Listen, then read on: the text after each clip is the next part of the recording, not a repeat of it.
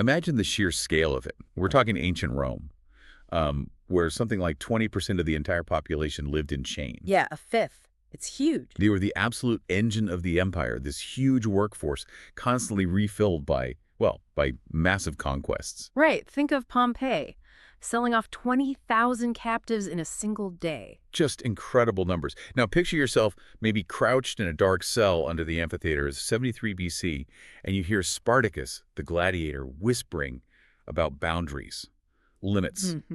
And that's the core thing, isn't it? We often assume, that a Roman master had absolute total power. And the brutality, let's be clear, was undeniable. Of course. Roman law mostly treated slaves as chattel property, like a horse or a wine cup, disposable. Okay.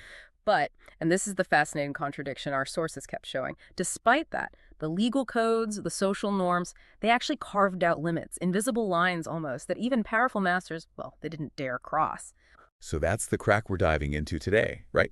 How can you legally own a person completely, yet the very laws that grant that ownership also somehow restrict it? Exactly. Our mission here is to sort of do an archaeological dig, you could say, into the mechanics of bondage.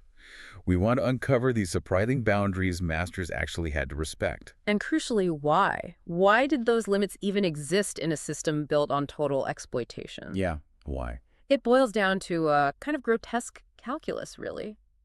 Cold, hard pragmatism. Economics, not morality. Okay, let's unpack that calculus then, starting with maybe the most surprising rule we found. A Roman master couldn't legally just kill their slave without a reason, without cause. Yeah, that one stops you, doesn't it? It does. Your first thought is, oh, maybe Rome, even at its worst, was finding a conscience. See, that's where you miss the point entirely, if you think that. Okay. This wasn't conscience, not at all. It was pure asset protection. A slave, especially a skilled one, was a huge investment, often cost more than a skilled craftsman earned in a whole year. Wow. So casual murder. It was forbidden because the law basically defined it as a wasteful destruction of property, your property. So the slave's life was protected only by their market value. Is that it? That's precisely it. Dead slaves don't produce anything, do they? No. If you owned a valuable Greek tutor, maybe a Syrian doctor, a strong German bodyguard, killing them on a whim, it's like setting fire to your own money. Right. The law had these, quite specific categories for justified killing theft, running away, striking a free person, things like that. Oh, wait. But it had to serve a purpose. The protection was for the master's ledger, fundamentally, not the slave's person. Okay, so if they couldn't just destroy the investment outright, how far could they go with discipline? The sources mention even violence had rules. It had to be, let's say, productive violence. Torture, for instance, perfectly legal for getting information, especially in court cases. And permanent marking, branding, that was common punishment. A master could absolutely brand a runaway slave with those 3 letters, F-U-G, fugitivus, right there on the forehead. A constant, visible reminder, shaming them. Exactly. But, and here's the constraint again, they couldn't mutilate the slave so badly that they lost their ability to work. Scar them, yes. Destroy their productive capacity. No. Ah, okay. This was risk management. Pure and simple, but brutal. A master who just tortured for fun, caused needless suffering. They risked chaos, unpredictable stuff. Like what? Poisoned food, a fire in the house, maybe direct revenge. The constraints weren't for the slave's sake. They protected the masters from that kind of random blowback. Which brings us beyond just the legal rules and more into social control, maybe. You mentioned that wasting skilled labor had a different kind of penalty. Social pressure. Yes, exactly. This limit wasn't written down in law, not on bronze tablets. It was enforced by, intense social pressure among the elite. Right. If you own, say, a highly trained physician from Syria or a Greek scholar, you were expected to use that talent. Misusing them, maybe putting the doctor out to work in the fields. Or forcing the scholar into the gladiator arena, as you mentioned in the outline. Yeah, precisely. That was seen as, offensive, wasteful, almost culturally backward. But why would other elites care what one master did with his own property? Seems odd. Because it reflected badly on the master's judgment, their commitment to Roman values, things like utility and order. It was like publicly burning a masterpiece painting or pouring out vintage wine. Just wasn't done. So the consequences were social. Oh, very much so. Huh. The master could face being ostracized, maybe business boycotts, certainly a damaged reputation. And in Roman society, where status was everything, that could be devastating. So the most valuable slaves got protection not just from law, but from elite snobbery, really. Okay, this is where it shifts a bit, isn't it? From pure economics to psychology. You can regulate property fine, but how do you manage millions of thinking, feeling people? What did masters concede to just keep the system running? Well, the first really big concession was about identity, specifically religion. Generally, slaves couldn't be forced to abandon their private worship, their own gods, or violate deeply held taboos from their homeland. That sounds surprisingly tolerant for Rome, given how much they push their own state gods. Why allow that? Pure pragmatism. Cynical, maybe, but pragmatic. Slaves came from everywhere, vastly different cultures.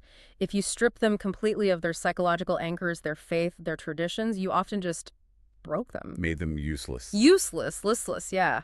Or worse, sometimes that suppressed religious feeling could turn into, violent rage. It was just easier and safer to allow a certain amount of private devotion. And you can almost picture it, can't you? In a big Roman household. Maybe a Celtic servant girl with a little hidden shrine, a Jewish cook quietly lighting Sabbath candles. While all participating publicly in the required Roman rites, of course. Right. A compromise for functionality. Exactly. And that same pragmatism led directly to incentives. Let's talk about the peculium. That's the small personal fund slaves could sometimes earn and keep. That's the one. Okay, but why? If the master legally owned everything the slave had, why let them keep tips or profits from side activities? Ugh. This may be the greatest management trick ever invented. The illusion of progress. Illusion. Well, legally, the master could take the peculium, but custom, tradition, strongly protected these small savings. It gave the slave a reason to work hard, behave well, and crucially, this was often the money used to save up to buy their own freedom. Ah, I see. So a slave who's managed to save up half the price of their own manumission, Yeah. they're much less likely to rebel or run away, aren't they? Precisely. They're invested in the very system that enslaves them, even if it's just through this glimmer of hope. It was a huge safety valve for the whole structure. Wow, okay. And this idea of maintaining stability, it also extended to emotional stuff, attachments. Masters eventually figured out that just arbitrarily destroying bonds, selling off a spouse, taking children away, it could trigger complete psychological collapse. Or violence. Or violence, absolutely. Revenge. Now, that sounds like empathy starting to creep in, but I suspect not really. No, not sentimentality. Think of it as high-level security risk analysis. A slave whose family was just ripped away, sold off. A slave with nothing left to lose. That person becomes a massive security threat. Prone to what? Suicide? Sabotage? All of the above. Or murdering the master and his family in their beds. It happened. So, even though slave marriages weren't legally recognized? They had economic and security value.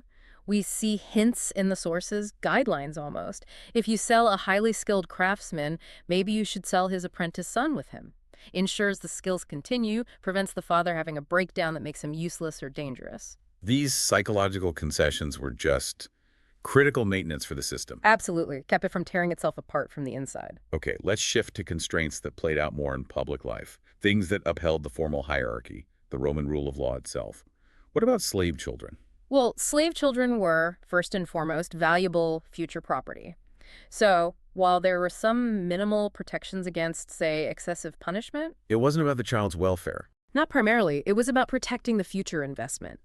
Damaging a child meant damaging future profits. Plus, extreme cruelty towards children, even slave children, could harm the master's public image. Roman society, at least outwardly, idealized family life. It was an image problem as much as anything. Image.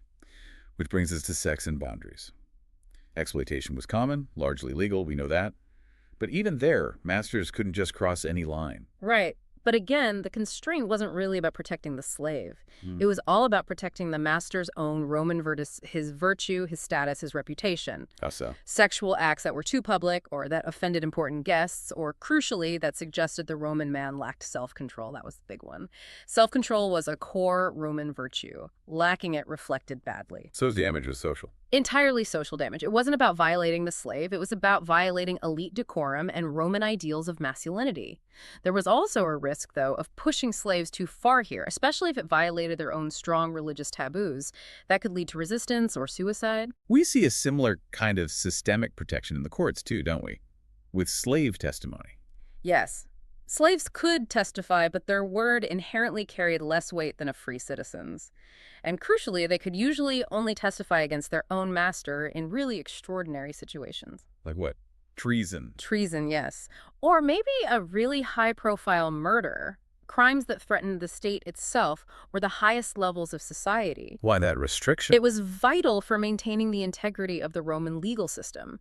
Imagine if masters could just routinely torture their slaves into giving false testimony to frame enemies or get themselves off the hook. The whole legal process would collapse, become meaningless. Exactly. It protected the system from being totally corrupted by coerced evidence.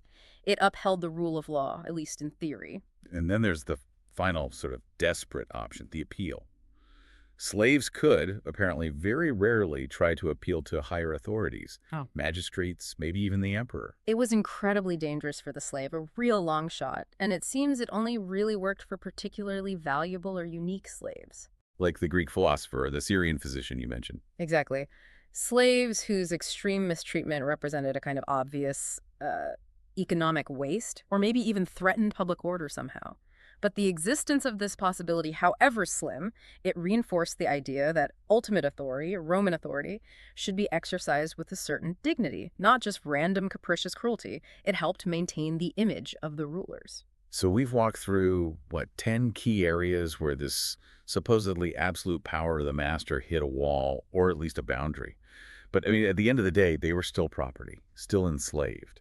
What's the big takeaway here? I think the core conclusion is pretty stark. These limitations, none of them, were really designed to protect the slave as a person. They were all protections for the master and for the stability, the longevity of the whole exploitative system. Making it more efficient. Exactly. By allowing just enough flexibility, that illusion of hope with the peculium, maintaining some basic social stability, protecting the financial value of the property, the system became sophisticated enough, durable enough, to last for centuries without just completely fracturing. It was efficient exploitation, refined over time. And yet, the very fact these constraints existed, that reveals the system's fatal flaw, doesn't it?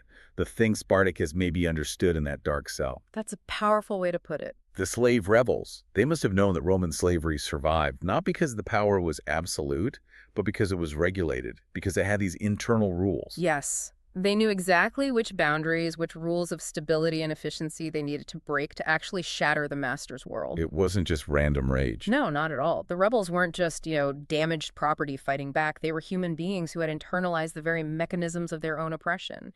And they weaponized that knowledge, the knowledge of the system's own contradictions, against it. Which brings us to a final thought, maybe. Power that has to recognize its own limits, its own constraints. Hasn't it already admitted, in a way, its own illegitimacy? That's interesting. Authority that needs regulations admits, implicitly, that the people it rules still have the capacity to resist, to force those regulations into place. So what couldn't owners do to slaves? The answer doesn't really show us the mercy of the powerful, does it? No. It shows us the stubborn, maybe unconquerable dignity and resilience of the people they were trying to own completely. Something to think about, perhaps. The boundaries you accept, or maybe even enforce in your own life. What do they reveal about the systems you're part of just by the fact that they exist?